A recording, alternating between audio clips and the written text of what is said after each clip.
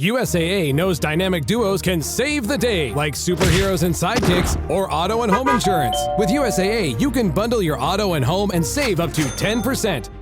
Learn more and get a quote at usaa.com/bundle. Restrictions apply. Hey, it's Paris. You know I love sparkly things, right? Like stars. Duh. And thanks to Hilton and Auto Camp, I just slept under them.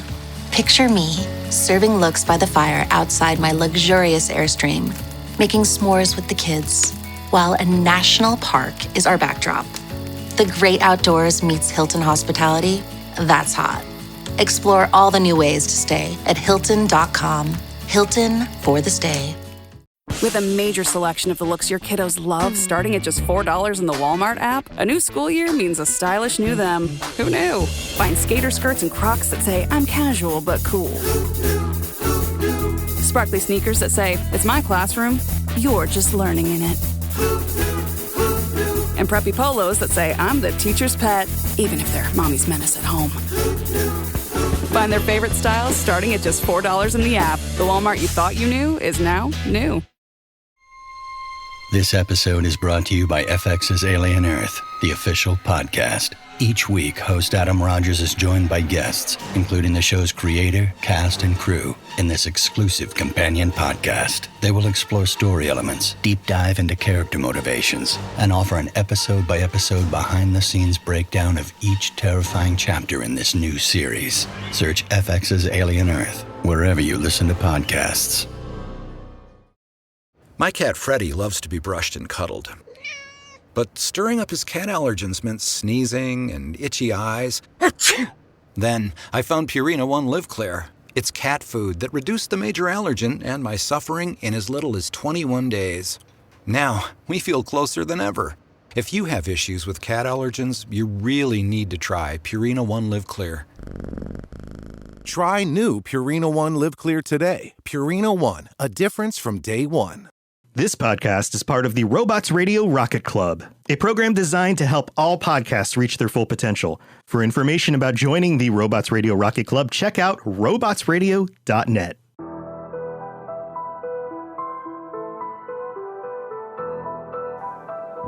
Hello, and welcome to the Assassin's Creed Lorecast. My name is Austin, also known as Teacup. And my name is Shelby, also known as She-Cup. Join us as we embark on unraveling all of your favorite mysteries from the Assassin's Creed universe. From assassins to Templars to the mysterious Isu and more. We will seek to uncover it all, so join us and maybe even take a leap of faith. Hello and welcome to the Assassin's Creed Lorecast. I am Shelby or She-Cup, also known as your host, and I'm here with Teacup. And what are we going to talk about today? Thanks, She-Cup. As she said, I am Austin or Teacup. So we talked about a lot of things starting with the podcast. We talked about the Animus, the Assassins, at least their origins and where they are now, and the same with the Templars.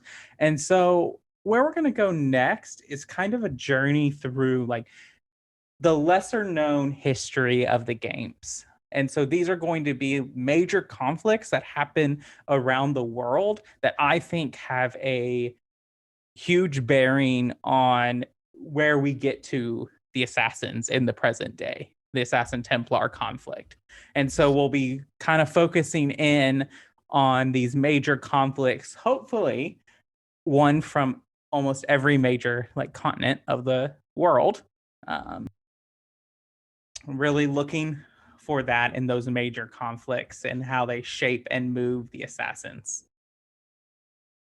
And I am really excited for some of the lesser known history. I think any casual fan is even aware of the European history or the North American history, but and maybe even hardcore fans are not quite as familiar with the African history or maybe African history with origins, but not the Asian history or the South American history and that kind of stuff. What do you think?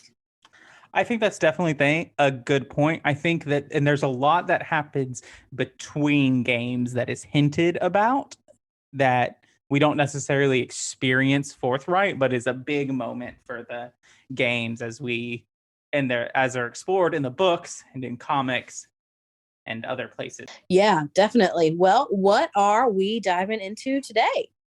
All right, today we are traveling to the Far East for the Mongol conflict, the conflict with the Mongol Empire, which happens within the 13th century CE, which is the 1200s, if anyone is curious. The 1200s CE, dealing with the assassin, particularly Altair's Levantine Brotherhood and the Mongol Empire. Interesting. So that means we're going to Asia.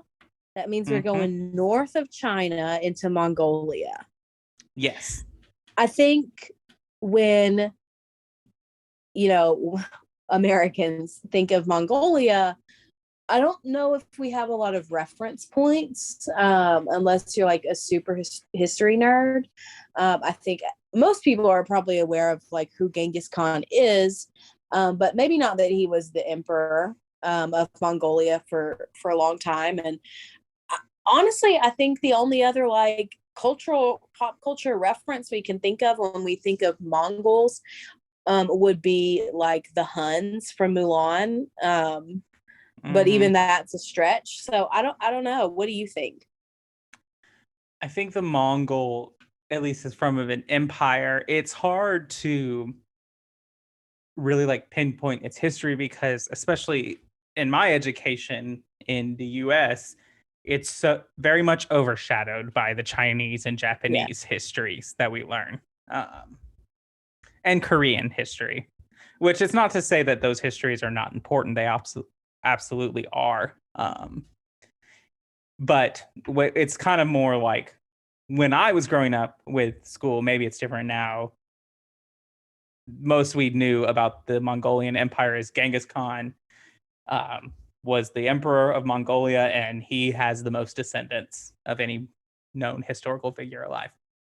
Yeah, that's about it.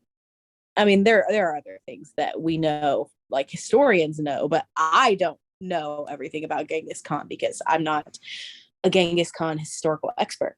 So anyway, let's get back to Assassin's Creed. All right.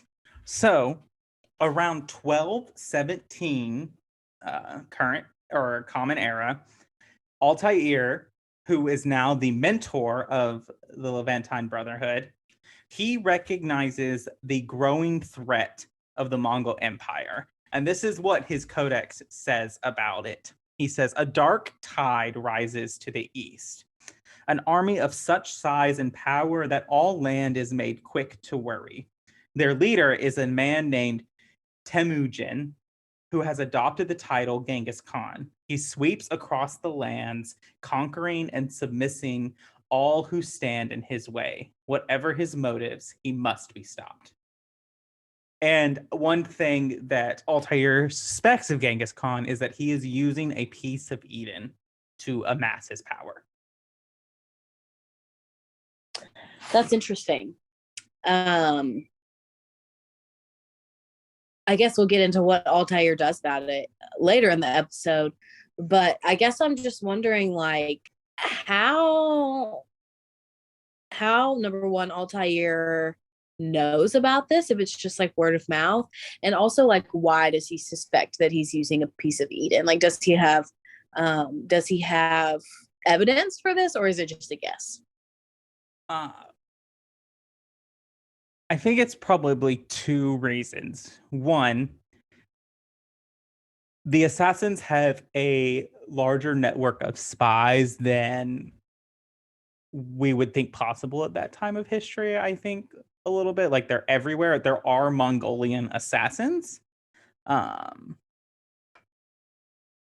so just being in contact with that, and Genghis Khan it is this thing. He sweeps across the land, conquering and submitting. That's kind of how he was. He was moving across, conquering lands. And if I remember my history correct, the Mongols, before kind of Genghis Khan organized them, were a very nomadic people, moving from place to place. Yeah, that's correct. Yeah. So I would assume that they came into contact with that and their own assassins in Mongolia. Mm-hmm. Yeah, interesting. Well, tell me what else about this conflict? Well, so with a piece of Eden, there's also suspect that it's unclear when this actually happens, but at some point, the Templars infiltrate the court of Genghis Khan. Whether or not Genghis Khan becomes a part of the Templar order, my research was unclear. So if there's a hardcore fan out there who actually knows the answer to this, my research didn't say that if he was a Templar or not, or like ever ascended to the rank of joining them, but they definitely join his court and try to influence him. So that's another reason that Altair has to get involved, is he knows the Templars are manipulating, or at least involved in this movement of conquest. So Altair decides to leave Masyaf with his son Darium and his wife Maria to go assist the fledgling Mongolian Brotherhood with the assistance of an assassin named Qulan Gal, which if that name sounds familiar, it should, because he is one of the 6 assassin seals that we must find in Assassin's Creed 2 to unlock the armor of Altair. Yes, I remember that. Yes. Not from playing it, but from watching you play it. Yes. So I'm getting there. Yes, this group goes into infiltrate Genghis Khan's camps and proposes a plan to assassinate the leader. Yes, to take them down and stop the Mongol horde. So in February of 1227, so they spend 10 years trying to figure this out. Darium and Qulan Gal, they pursue Genghis Khan's son, and Darium poisons that son, which is kind of a hit against them. In August of 1227, Qulan joined Altair in an attack on the Great Khan's camp in China. And they make a plan to infiltrate with Maria and Qulan, and Darium providing support from afar. However, Altair is in his later years at this point, and he makes a slip up and alerts a Mongolian guard while trying to infiltrate. And though Qulan kills this guard before he can alert the camp and get everyone away, he does injure Altair, so Qulan is forced to retreat. And with that, they're all exposed and everything, and the Mongols are alarmed and raising the camp. And so in this chaos, Genghis Khan attempts to flee, but his horse is shot down by Qulan and then followed by Darium, who killed him with another arrow. And that's really how they get Genghis Khan shot from his horse, which is interesting to me because in the game Assassin's Creed 2, it kind of hints that Qulan is uplifted as the assassin who took down Genghis Khan. Even though it was Darium. Even though Darium did the killing blow. That's interesting. Why do you think they kind of have that narrative? Well, I think that, and this is, I would have to dig a little more into the characters. I don't own these comics, so I'm just going off a preliminary summary. But my guess is that in kind of Altair's later years, he's very wise. And so if I had to guess, Altair let Qulan take the credit for assassinating Genghis Khan because it would give the Brotherhood more credibility in Mongolia. Yeah, that makes total sense. I also think this is interesting. I also think this is interesting because like the traditional narrative of Genghis Khan's life is that he did die and was injured with a bow and arrow and got knocked off his horse. Like that's the myth of how he actually died. Now we don't know for sure if that's actually how he died or if that's just, some like legendary myth meant to like make him larger than life. But I think that's an interesting historical touch for sure. Right. Definitely. So, like all Templar orders, it doesn't end with Genghis Khan's death. Of course it does. His children assume leadership of the Mongolian Rite of the Templar Order and in the Mongol Empire. And so forgive my pronunciation, but I'm going to try. Monke Khan, who is under Templar influence, ascends to leadership of the Mongol Empire. And as you can imagine, he's not very happy with the assassins. Yeah, and rightfully so. Right. They killed his father and, kind of sent the empire into a moment of chaos.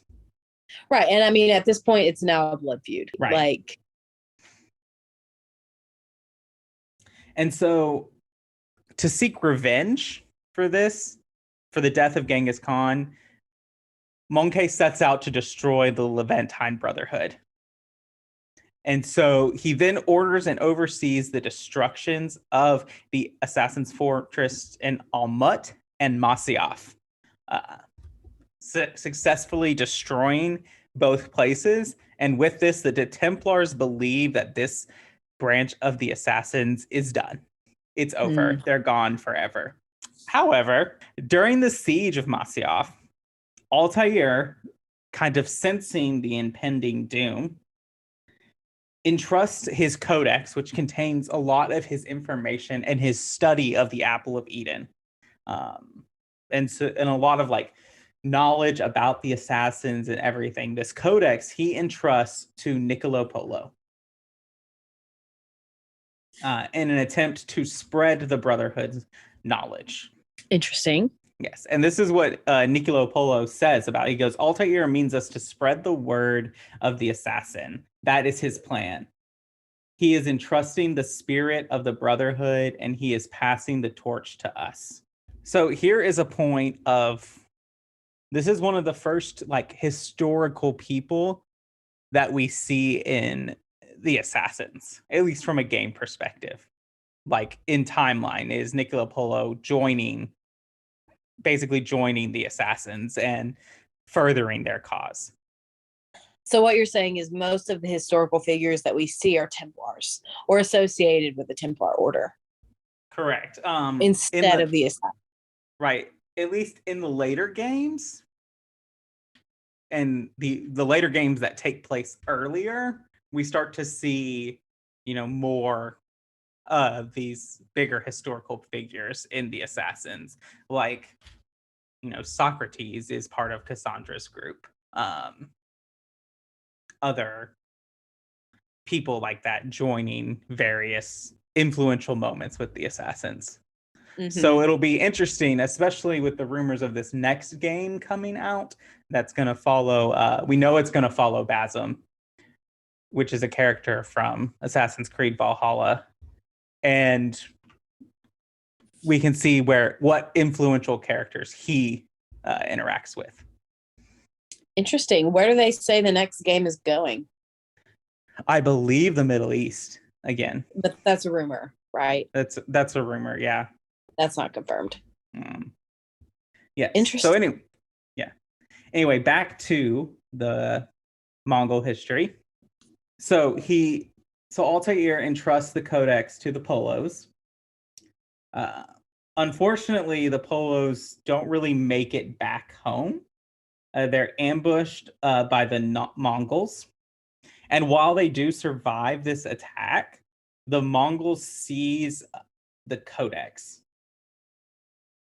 And it is not really retrieved for the assassins until Marco Polo interacts with Kublai Khan and retrieves it, which is a long time. Yeah. Yes. And so with the assassins seemingly out of the way, the great Khan Monke turns his attention to China. Naturally. Yes, which also has a fledgling Assassin's Brotherhood popping up. And so one assassin, whose name I could not find, joins the Chinese army as a general to help halt the Mongol advance at Dayo Castle. And though he is killed during this battle. His daughter, who is also an assassin apprentice, her name is Zhang Shi, kills Monke, thus fracturing the Mongol Empire. And due to not the best leadership following that, the Mongol Empire will eventually fade. It's a long time, but this kind of stops the conquest a little bit. It weakens them significantly. Yes. They definitely lose a lot of steam. Yeah. And I mean, that happens so easily in any movement. Like the loss of one leader is, it can really like affect so many other things. Right. And like he's the destroyer of assassins. He destroyed Masyaf, breaking Altair's Brotherhood. And he's this hero, and then he's taken down by the enemy they thought they destroyed. Right. It's very poetic in a way. Yes. And so I think now would be a good time for our break, unless you have any more thoughts about the Mongol Empire. No, I don't. Not right now. Yeah. All right. Well, we'll take our break, and we'll come after the break. We'll come back and we'll kind of talk about why I think this is a big moment for the Assassin Templar history, and the kind of legacy that it has on the present day and later Assassin Creed Brotherhoods. Great. All right. Let's go to the break. All right. This episode is sponsored by Friskies, who would like to tell your cats hi. Now, if that didn't get your cat's attention, there is one thing that always does the trick. Just pour some Friskies crunchy food in the bowl and you'll hear those paws come running. Works every time. With so many Friskies choices, you can always bring your cats running from their secret napping spots. There's always more to explore. See for yourself at friskies.com or visit your local store. Mint is still $15 a month for premium wireless. And if you haven't made the switch yet, here are 15 reasons why you should. 1, it's $15 a month. 2, seriously, it's $15 a month. 3, no big contracts. 4, I use it. 5, my mom uses it. Are you playing me off? That's what's happening, right? Okay, give it a try at mintmobile.com/switch. Upfront payment of $45 for 3-month plan, $15 per month equivalent required. New customer offer first 3 months only. Then full price plan options available. Taxes and fees extra. See mintmobile.com. It's summer. Time to enjoy long days, lazy nights, and zero cooking. Because Uber Eats has deals all summer long. So when hunger strikes, don't sweat it. Delicious deals are just a tap away on Uber Eats. Enjoy all your favorite food delivered straight to you. Get Burger King, Subway, Popeyes, and hundreds more local favorites and savor every last bite. Now that sounds like a good summer. Order now on Uber Eats. Terms apply. Product availability varies by region. See app for details. This episode is brought to you by LinkedIn. Healthcare professionals can lead their careers with LinkedIn. Discover jobs by specialty, preferred shifts, and even desired salary. From mental health therapists to radiology technicians, it's now faster and easier for healthcare professionals to find the right fit. Learn more at linkedin.com/healthcare. Side effects may include faster job placement, improved work-life balance, and increased career satisfaction. Hey, this is Bill Simmons from the Bill Simmons Podcast, here to help you make the most of your summer with Michelob Ultra, a superior light beer worth playing for. Play for it with the guys when you're competing to see who can sink more birdies on the golf course, because winning tastes even better with Ultra on the line. Play for Ultra. Fill your fridge with Michelob Ultra this summer. Enjoy responsibly. Copyright 2025 Anheuser-Busch Michelob Ultra Light Beer, St. Louis, Missouri. Hi, I'm Fire Writer, and I'm the host of The Pixel People, a podcast dedicated to taking a close look at our favorite characters from our favorite video games. From major characters who define the course of a game's storyline to smaller characters who you might have never noticed. Every week, we go beyond the quest line to examine a particular character's story arc and choices, and discover the real-world parallels and life lessons hidden just below the surface. I hope you'll join us. You can find the Pixel People on Anchor, Spotify, Apple Podcasts, and everywhere else you listen to podcasts. All right. Welcome back, everyone. So we normally would read a review if we had one, but we don't have one. So this is a great chance for me to talk about how much reviews and ratings help us since we are still a new show, we only have a few episodes out right now. Ratings and reviews really, really help tell new listeners or potential new listeners that, hey, this is a show that I like. This is a show that's good. This is a show that is done well. So if you enjoy our show at all, we would love if you could take the time to leave us a review with words on Apple, or a rating with just the numbers out of 5 on Spotify. Now, it's important to also say that you can leave a review with words on Apple, even if you don't listen to the podcast on Apple. All you have to do is just have an Apple account, and you can leave us a review there, and we will read it out on the show if it's 5 stars. So, Austin, Teacup, is there anything else that we want to talk about during the break? Yeah, definitely. And that is about our sort of rebranding that we're doing. Yes. Yeah. And so you might have noticed that we started the show a little differently today than our normal, hey, Shelby, hey, Austin.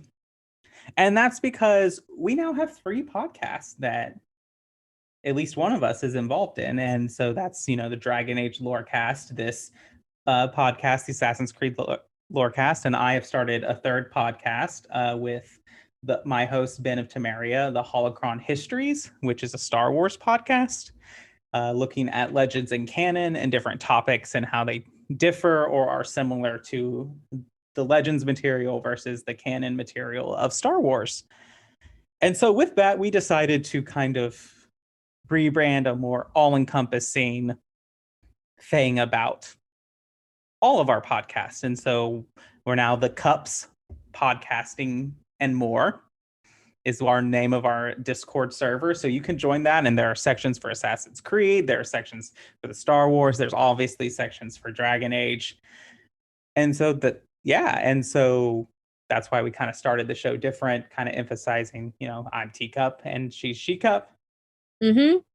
Yeah, and we have all kinds of different things we talk about in the Discord. Like, we have channels for other games that, aren't things we host.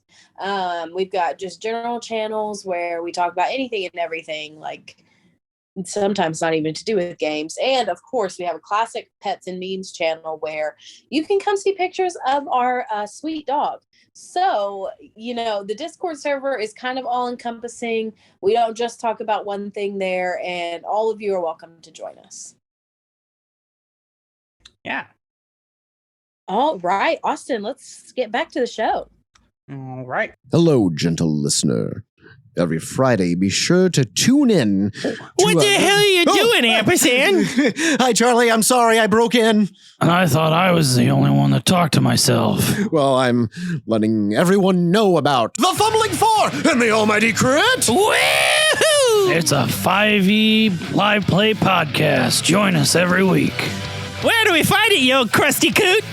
Anywhere you can get all your podcasts. Woohoo!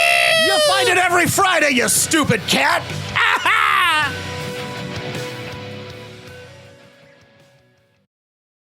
So Shelby, or She-Cup, sorry, we just talked about that. That's okay. The Mongol conflict is a huge changing point for the Assassins. And in his kind of codex, this is what Altair has to say about it. Our tactics too must change. It means an end to our fortress. We must weave our webs quietly, and we must do so differently than we have in the past. And I think that this is a point of kind of realizing that the Assassins had kind of strayed away from the purpose of what the Hidden Ones were. Mm-hmm. In that they are now like this established organization with like a fortress headquarters, and they're like a known organization to the world. And it obviously ends up to making them an easy target for their enemies. Yeah, I mean, absolutely. And I think it's really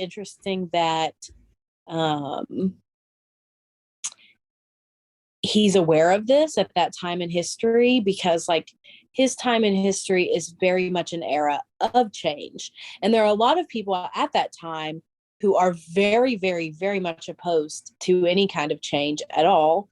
And there are those who very much want to usher in as many changes as possible. And so to me, it's interesting that he would want to be on the side of change and the side of evolution, because it totally fits in my mind with like who the Assassins and Templars are. Like when I picture the Assassins and Templars, like in that era, I think of Templars are, okay, they're the ones that are opposed to change.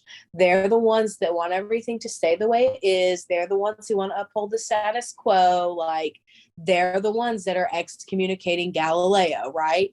And the Assassins are the ones that are promoting more of the change in history and in society. So I think that codex entry is pretty interesting when I think about it in those terms. Yes. And I think that it shows a moment of Altair's commitment to the cause and his commitment to a point of, if we have to do this differently, we have to do it differently, but our cause, our mission is too important to die to rigidness. Yeah, I absolutely agree with that. And so, and this pays off because he sends the codex with the Polos, and this leads to a spread of the assassin beliefs. I mean, their help in Mongolia leads to an establishment of a Mongolian Brotherhood, and then to the establishment of a Chinese Brotherhood, which eventually stops the Mongols' advance. And that we're going to talk about China in another episode, because they have a whole history of their own Templar order with other assassins. But I mean, eventually there is an assassin that helps that, and that brotherhood is founded because of the efforts of Altair and the Mongol Empire. And so this also leads to the Polos go back to kind of near Italy, and they found the Italian Brotherhood, which leads to, eventually Ezio Auditore becoming an assassin and taking down one of the strongest Templar families in all of existence, which is the Borgia. And then it leads also then to the founding of the French Brotherhood, which then leads to the destruction of the Knights Templar as an order, which we talked about in our Templar and Assassin episode, when they influenced the Pope and the King to completely wipe out the Knights Templar. And so either indirectly or directly, the Mongol conflict is a turning point that eventually leads to both organizations deciding the public face is not for us. And that's a big development. Mm-hmm. At least for the Assassins, it's very much a return to their roots, like you said earlier. Yes. Well, and for the Templars too, back to the Order of Ancients. Yeah, that's true. Because the Order of Ancients is very much hide in plain sight. Have power, wield power, but don't let anyone know who you actually work for. So yeah. So the last thing I want to talk to you before we kind of wrap up is that just where you experience these moments in game. So in most of the Mongol conflict that you can experience in game comes from Assassin's Creed Revelations. And you kind of get this like reflective view from Altair. You do one mission where you play as Altair, where he's coming back from the Mongol conflict of killing Genghis Khan to Masyaf.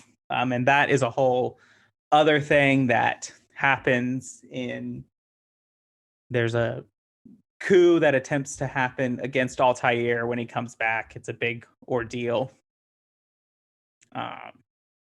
And so in that you also experience the fall of Masyaf from Altair's perspective in Assassin's Creed Revelation.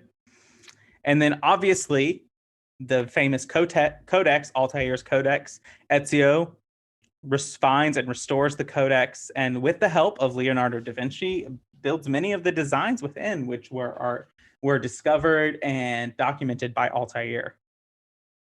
And then obviously, as we said earlier, a statue of Qulan Gal is found in the Villa de Auditore in Assassin's Creed 2.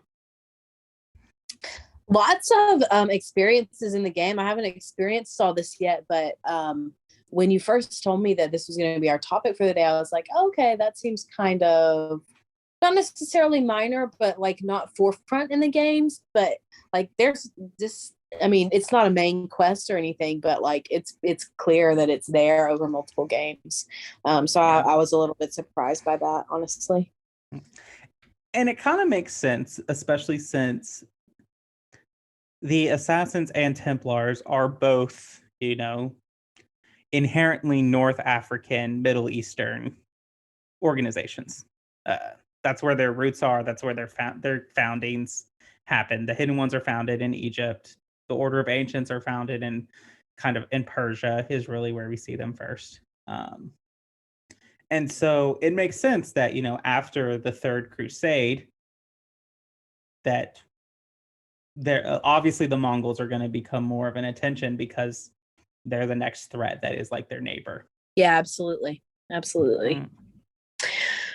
Well, do we have any more, anything else to talk about? Any fun hypotheses or fan theories or anything? No, not off the top of my head, at least.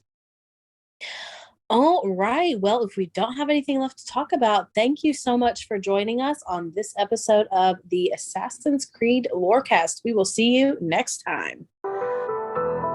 Thanks for listening to the Assassin's Creed Lorecast. You can find us on Twitter at Assassin's Creed Lorecast, or you could talk to us on Discord in the Robots Radio Discord or our personal Discord server, both links found in this episode's descriptions. Thank you for listening, and always stay to the shadows to serve the light, Assassins.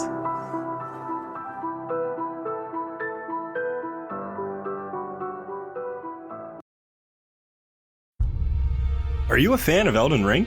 Are you confused about the lore as pretty much everyone else? We've got you covered. Check out the Elden Archives, a lore podcast that helps to explain every little confusing detail about the lands between. Things like what exactly happened on the Night of the Black Knives, or what we really know about characters like Niccolo. Just like the show you're listening to now, we're on the Robots Radio Network, so you know it'll be good. Wondering how to find the show? Easy. Either go to robotsradio.net or search Elden Archives on whatever podcatcher you're using right now. Bookmark the show for later, and we'll see you in the lands between. Again, that's the Elden Archives, a FromSoft Lorecast available everywhere.